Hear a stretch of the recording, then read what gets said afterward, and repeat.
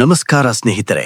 ಇಂದು ನಾವು ಭಾರತೀಯ ನೌಕಾಯುದ್ಧ ಇತಿಹಾಸದಲ್ಲಿನ ಒಂದು ಅದ್ಭುತ ಹಾಗೂ ಸಾಹಸಮಯ ಘಟನೆಯೊಂದನ್ನು ತಿಳಿದುಕೊಳ್ಳಲಿದ್ದೇವೆ.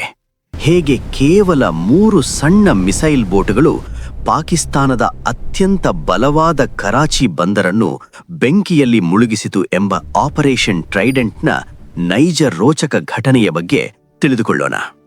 ಡಿಸೆಂಬರ್ 4, 1971 ರಾತ್ರಿ ಸುಮಾರು 10:30 ಅರಬ್ಬಿ ಸಮುದ್ರದ ಮೇಲೆ ಗಾಢ ಕತ್ತಲೆ ಆವರಿಸಿತ್ತು.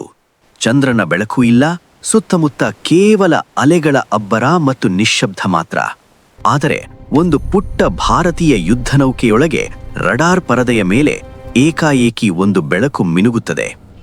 ಒಂದು ದೊಡ್ಡ ಟಾರ್ಗೆಟ್ ವೇಗವಾಗಿ ನಮ್ಮವರ ಕಡೆಗೆ ಬರ್ತಾ ಇತ್ತು. ಕಮಾಂಡರ್ನ ಗಂಭೀರ ಧ್ವನಿ ಕೇಳಿಸುತ್ತದೆ. ಟಾರ್ಗೆಟ್ ಲಾಕ್ ಮಾಡಿ, ಮಿಸೈಲ್ ರೆಡಿ ಮಾಡಿ. ಕೆಲವು ಕ್ಷಣಗಳ ಮೌನ, ನಂತರ ಒಂದು ಕಟು ಆದೇಶ, ಫೈರ್. ಅದೇ ಕ್ಷಣದಲ್ಲಿ ಕತ್ತಲೆಯ ಸಮುದ್ರವನ್ನು ಸೀಳಿಕೊಂಡು ಒಂದು ಸ್ಟ್ರೈಕ್ಸ್ ಮಿಸೈಲ್ ಬೆಂಕಿಯ ರೇಖೆಯಂತೆ ಹಾರುತ್ತದೆ. ಭಯಾನಕ ಸ್ಫೋಟದಿಂದ ಸಮುದ್ರದ ರಾತ್ರಿ ಕಂಪಿಸಿತು. ಪಾಕಿಸ್ತಾನದ ಶಕ್ತಿಶಾಲಿ ಯುದ್ಧ ನೌಕೆ PNS ಖೈಬರ್ ನೋಡುತ್ತಿದ್ದಂತೆ ಬೆಂಕಿಯ ಉಂಡೆಯಾಗಿ ಸಮುದ್ರದ ಪಾಲಾಯಿತು.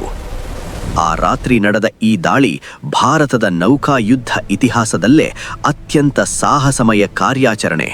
ಕೇವಲ 3 ಸಣ್ಣ ಮಿಸೈಲ್ ಬೋಟ್ಗಳು ಸೇರಿ ಪಾಕಿಸ್ತಾನದ ಅತ್ಯಂತ ಬಲವಾದ ಕರಾಚಿ ಬಂದರನ್ನು ಬೆಂಕಿಯಲ್ಲಿ ಮುಳುಗಿಸಿದ ರೋಚಕ ಕಥೆ ಇದು. 1971ರಲ್ಲಿ ಯುದ್ಧ ತೀವ್ರಗೊಂಡಾಗ ಪಾಕಿಸ್ತಾನದ ನೌಕಾಪಡೆಯ ಹೃದಯವಾಗಿದ್ದದ್ದು ಕರಾಚಿ ಬಂದರು. ಅವರ 90% ಪೆಟ್ರೋಲ್ ಮತ್ತು ಡೀಸೆಲ್ ಸರಬರಾಜು ಇಲ್ಲೇ ಆಗ್ತಿತ್ತು. ಕರಾಚಿ ಬಂದರು ನಾಶವಾದರೆ ಪಾಕಿಸ್ತಾನದ ಯುದ್ಧ ಯಂತ್ರವೇ ನಿಂತು ಹೋಗುತ್ತಿತ್ತು. ಆದರೆ ಅಲ್ಲಿಗೆ ತಲುಪುವುದು ಸುಲಭವಾಗಿರಲಿಲ್ಲ. ಸುತ್ತಲೂ ಬಲವಾದ ರಡಾರ್ ಮತ್ತು ಭದ್ರತೆ ಇತ್ತು. ನೇರವಾಗಿ ದೊಡ್ಡ ಹಡಗುಗಳನ್ನು ಕಳುಹಿಸುವುದು ಆತ್ಮಹತ್ಯೆ ಮಾಡಿಕೊಂಡಂತಿತ್ತು. ಆಗ ಭಾರತೀಯ ನೌಕಾಪಡೆಯ ಮುಖ್ಯಸ್ಥರಾದ ಅಡ್ಮಿರಲ್ SM ನಂದಾ ಒಂದು ವಿಭಿನ್ನ ತಂತ್ರ ರೂಪಿಸಿದರು. ಭಾರತ ಇತ್ತೀಚೆಗಷ್ಟೇ ಸೋವಿಯೆಟ್ ಒಕ್ಕೂಟದಿಂದ ಹೊಸದಾದ ಓಸಾ ಕ್ಲಾಸ್ ಮಿಸೈಲ್ ಬೋಟುಗಳನ್ನು ತರಿಸಿಕೊಂಡಿತ್ತು. ಇವು ಚಿಕ್ಕದಾಗಿದ್ದರೂ ಮಿನುಗುವ ವೇಗದಲ್ಲಿ ಹೋಗಬಲ್ಲವು. ಅವುಗಳ ಮೇಲೆ 4 ಭಯಾನಕ ಸ್ಟ್ರೈಕ್ಸ್ ಮಿಸೈಲ್ಗಳಿದ್ದವು. ಪ್ರತಿ ಮಿಸೈಲ್ ಒಂದು ದೊಡ್ಡ ಯುದ್ಧ ನೌಕೆಯನ್ನೇ ಚೂರು ಚೂರು ಮಾಡಬಲ್ಲ ಶಕ್ತಿ ಹೊಂದಿತ್ತು. ಆದರೆ ಇವುಗಳ ದೊಡ್ಡ ವೀಕ್ನೆಸ್ ಅಂದ್ರೆ ಇವು ಜಾಸ್ತಿ ದೂರ ಪ್ರಯಾಣ ಮಾಡಲಾರವು.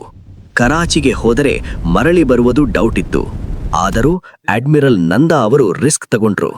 ಈ ಮಿಷನ್ ಹೆಸರೇ ಆಪರೇಷನ್ ಟ್ರೈಡೆಂಟ್.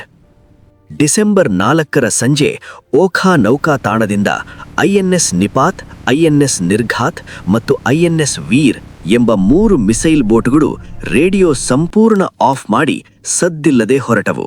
ರಾತ್ರಿ ಕತ್ತಲೆ ಇನ್ನೂ ಹೆಚ್ಚಾದಂತೆ ಈ ತಂಡ ಕರಾಚಿ ಹತ್ತಿರ ಹೋಯಿತು. ಮೊದಲು ರಡಾರ್ನಲ್ಲಿ ಕಂಡದ್ದು ಪಾಕಿಸ್ತಾನದ ಡೆಸ್ಟ್ರಾಯರ್ PNS ಖೈಬರ್. ನಿರ್ಘಾತ್ ಬೋಟ್ನಿಂದ ಹಾರಿದ ಮಿಸೈಲ್ ನೇರವಾಗಿ ಖೈಬರ್ಗೆ ಬಡಿದು ಸ್ಫೋಟವಾಯಿತು. ಕೆಲವೇ ನಿಮಿಷಗಳಲ್ಲಿ ಆ ನೌಕೆ ಮುಳುಗಿತು. ನಂತರ ಮತ್ತೊಂದು ನೌಕೆ PNS ಮುಹಾಫಿಜ್ ರಡಾರಿನಲ್ಲಿ ಕಂಡಿತು. INS ವೀರ್ ಮಿಸೈಲ್ ಹಾರಿಸಿದ ತಕ್ಷಣ ಆ ನೌಕೆ 2 ತುಂಡಾಗಿ ನೀರಿನಲ್ಲಿ ಮಾಯವಾಯಿತು. ಆದರೆ ಅಸಲಿ ಆಟ ಇನ್ನೂ ಬಾಕಿ ಇತ್ತು. INS ನಿಪಾತ್ ತನ್ನ ಮಿಸೈಲ್ಗಳನ್ನು ಕರಾಚಿಯ ತೈಲ ಸಂಗ್ರಹಣಾ ಪ್ರದೇಶದತ್ತ ತಿರುಗಿಸಿತು. ಮಿಸೈಲ್ ಹಾರಿದ ಕೆಲವೇ ಕ್ಷಣಗಳಲ್ಲಿ ಕರಾಚಿ ನಗರದ ಆಕಾಶದಲ್ಲಿ ಒಂದು ಬೃಹತ್ ಬೆಂಕಿಯ ಉಂಡೆ ಎದ್ದಿತು. ತೈಲ ಟ್ಯಾಂಕ್ಗಳು ಒಂದಾದ ಮೇಲೆ ಒಂದು ಸ್ಫೋಟಗೊಂಡವು. ಆ ಬೆಂಕಿ ಎಷ್ಟು ದೊಡ್ಡದಾಗಿತ್ತು ಅಂದ್ರೆ ಎಷ್ಟೋ ಮೈಲಿ ದೂರದಿಂದಲೂ ಕಾಣುತ್ತಿತ್ತು. ಅದನ್ನು ನಂದಿಸಲು ಪಾಕಿಸ್ತಾನಕ್ಕೆ 1 ವಾರ ಬೇಕಾಯಿತು. ಇತ್ತ 3 ಪುಟ್ಟ ಬೋಟುಗಳು ಪಾಕಿಸ್ತಾನಕ್ಕೆ ದೊಡ್ಡ ಹಾನಿ ಮಾಡಿ ಕತ್ತಲಲ್ಲೇ ಸುರಕ್ಷಿತವಾಗಿ ಭಾರತಕ್ಕೆ ಮರಳಿದವು. ಒಂದೇ ರಾತ್ರಿಯಲ್ಲಿ ಪಾಕಿಸ್ತಾನದ ನೌಕಾಪಡೆ ಧೂಳಿಪಟವಾಗಿತ್ತು. ವಿಶೇಷವೆಂದರೆ ಭಾರತೀಯ ನೌಕಾಪಡೆಯ ಒಂದೇ ಒಂದು ನೌಕೆಗೂ ಗಾಯವಾಗಲಿಲ್ಲ. ಇದು ಇತಿಹಾಸದಲ್ಲೇ ಅತ್ಯಂತ ಯಶಸ್ವಿ ದಾಳಿ. ಇಂದಿಗೂ ಡಿಸೆಂಬರ್ 4 ನೌಕಾ ದಿನವಾಗಿ ಆಚರಿಸಲಾಗುತ್ತದೆ. ಇದು ಕೇವಲ ಒಂದು ಜಯದ ನೆನಪಲ್ಲ, ಅದು ಕತ್ತಲೆಯ ರಾತ್ರಿಯಲ್ಲೂ ಜಯದ ದಾರಿ ಕಂಡುಕೊಂಡ ಭಾರತೀಯ ಸೈನಿಕರ ಸಾಹಸದ ಕಥೆ.